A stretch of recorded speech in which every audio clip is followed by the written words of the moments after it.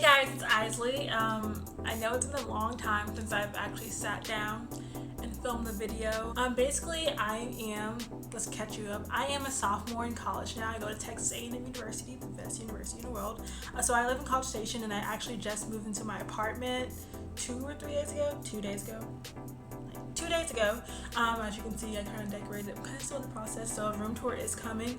But now that I'm a sophomore, I feel like I have a lot of tips I can help freshmen out when they start college. Basically, freshman tips to help you get by, because I know school is starting back very soon. I start next week, and I want to kind of spread my knowledge and things I've learned in my freshman year.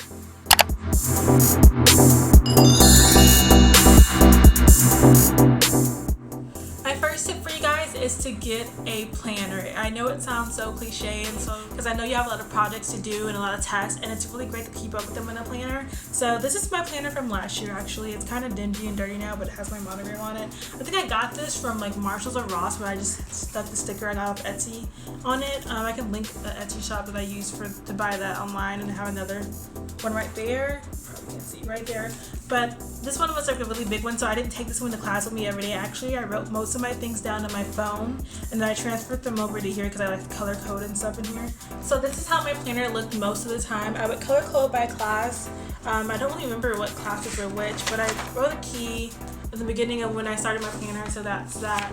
And I would just go into each class, and if they said I had something to do for that class, I would write it down in that color. So invest in colored pens. They help for note taking, they help for planners, they help for everything. And really using colored pens, it really helps you learn how to remember things better. Categorize that color for that class. So like say my oceanography class, which I had to take for like a bogus science, but say I had an oceanography class, I would take my notes in blue for that class, and I would write in my planner for blue in that class. So every time I saw that color and I studied in that color, I knew that it was for that class. It kind of helped me remember things when I was taking tests, because I was able to think of that color and think of all the things in my notes and in my planner that I had to do that for that class. So get a planner, get some colored pencils or pens, and write your heart out, because you're going to need it. Also, another tip is to make a sticky note, stick it on your screen of your laptop or wherever you tend to access a lot of, and write down the most important things for that week, so you remember to do those things those weeks. So say I had to turn in a slip from financial aid, or I had to turn in due money for my organization, I would write that all down on the slip so that I would see all the time, so I would never forget it. Because in a planner, sometimes you're not going to check your planner as much as you would like open your laptop. So stick the sticky note somewhere that you'll see it and remember it. Also, when it comes to note taking, some professors won't let you use your laptops, or I have my laptop, I have a tablet, and I also have notebooks. If you're going to use notebooks to take notes, I suggest using 5 subject notebooks.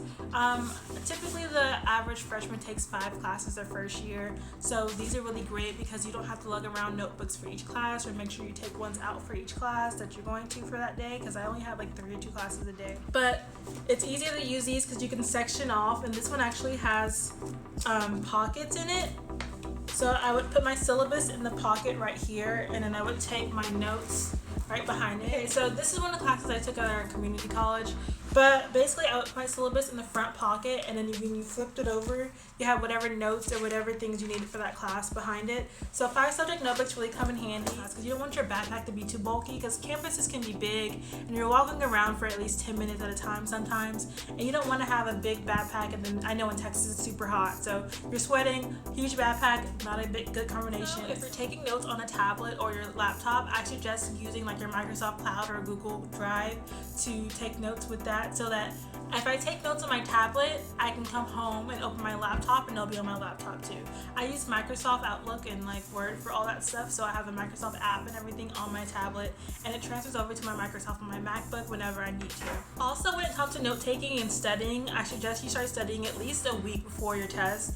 At least for me, that helped me not be as stressed for tests, because I realized that if I studied 2 or 3 days before, I didn't really know the material, and I didn't do as good on the test as I should have.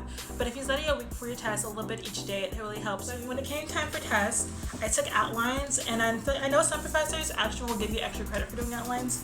This professor did, so I did it for like literally every test, and it really helped. But basically, go through all your notes you've taken for that lecture or that period in your class, and you take out all the important stuff and put it into one outline. And it helps you have everything you need to study in one spot, and it also helps you really teach yourself the information again because you're retyping it. So I did this a lot for all of my classes, especially history and like some sciences. If you have a science lecture, that might work, but really for a science lab, you really can't do anything about that. I didn't do it for math. I usually just found reviews online for math, but anything with history, English, anything you need to know stuff for and just like remember vocabulary and certain dates, I suggest making an outline for it because it really helps you remember the information. Also, be sure if you're living in a dorm to not only stay in your dorm. There's so much stuff going on around you at like student centers. There's always free events, food, music everywhere. So take advantage of all those free things and experiences because you don't get to do those things all the time. Those are once in a lifetime things, and I know it's important to study, but it's also important to have fun. There's concerts you can go to, there's comedy shows, at least I know at my college, that you can go to for free or for a very cheap price. Take advantage of all the things that are offered to you. Also, in regards to social things, I really highly suggest you join an organization. I'm in a women's organization. It's kind of like a sorority, but it's not like a Panhellenic sorority. You really find some of your greatest friends, and it really helps you collaborate and network with other people around campus that you all probably wouldn't see if you weren't in the club with them. It also gives you a little bit of structure because you have something to go to every week, or like events to go to or plan every week. So we had meetings every Wednesday, so I would go to those meetings, and then we had like community service things we have to go to, or like sisterhood events we had to go to. It really helps you have a social life in college outside of like people you wouldn't probably talk to unless you were in that organization. One thing that I really had to learn in college was do not be afraid to eat alone. I would be scared to go to the dining hall or like the coffee shop and put my laptop out and eat alone because I felt like people would think that I was lonely, but in reality, nobody's paying attention to you most likely. Honestly, if you're having your laptop out, watch Netflix or study while you're eating. Nobody's paying attention to you. You're fine. Eat your food. Enjoy it. You don't have to eat food in your dorm by yourself every single time you want to eat just because you're afraid of what people might think around you, because I promise you, nobody else around you cares. So try to be friends with your roommate because that's kind of like your guaranteed friend, and if you're not going to be friends with them, at least be cordial with them because you have to see their face in that small box of a room 24/7, and clean up after yourself so there's not any of those issues, because I know I had suite mates that were pretty disgusting and the restroom was always disgusting, and you don't want to be that person. This is something that some people probably won't agree with me on, but I say don't be afraid of 8 a.m.s. Especially if you have a job, it's really great to go to class early in the morning and then have a time to break in between and then go to work. But if you take 8 a.m. to give yourself enough time to study in between those breaks, you can go to work and then come home and go to sleep. And 8 a.m.s really aren't that bad because then you have the whole day to do whatever else you want, even if you're not working. My roommate took a lot of 8 a.m.s and I took a lot of like noon classes, and she had way more time on her hands than I ever did. And this year I'm taking 8 a.m.s for that same reason.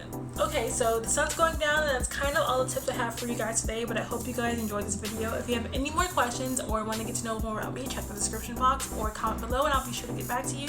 Don't forget to thumbs up this video and subscribe to my channel. I'm pretty sure I'll have more content that you'll like in the future, hopefully.